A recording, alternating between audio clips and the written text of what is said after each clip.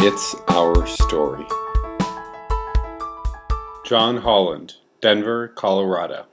I remember I probably had some minor role or conversational role with Wade on getting funding from Henry Foley, who was the state social services director that first gave money for an experiment.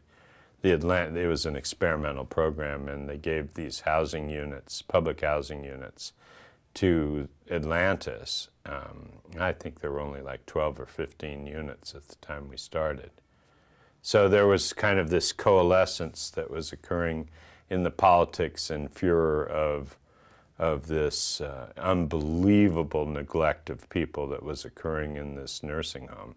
I mean, there were people who were in full body casts that had flies all over their faces, Debbie Tracy.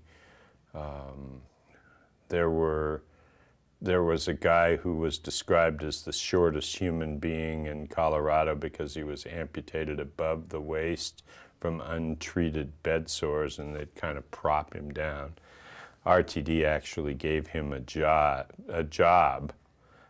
during the struggle. He got work, and you know, there were a lot of people eaten up like that. There were cockroaches and cereal boxes, and there was just this never-ending litany of abuse that would span the entire subject of why nursing homes are an evil social failure in the United States, which really haven't changed that much since.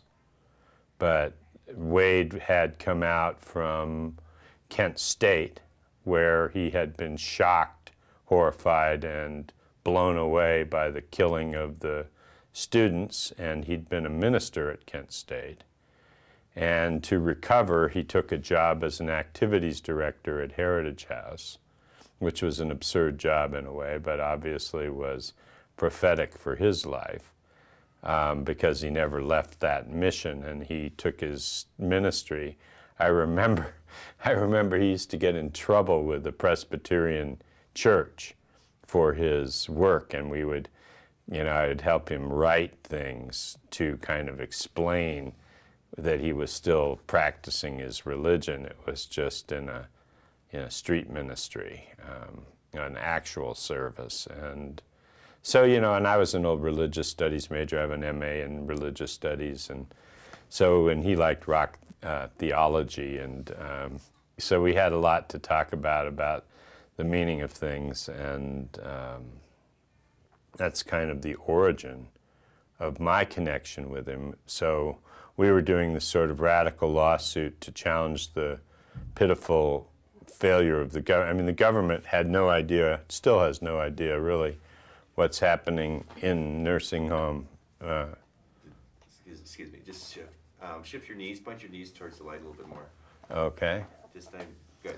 Has no real awareness of they had no awareness of what was happening in the nation's nursing homes.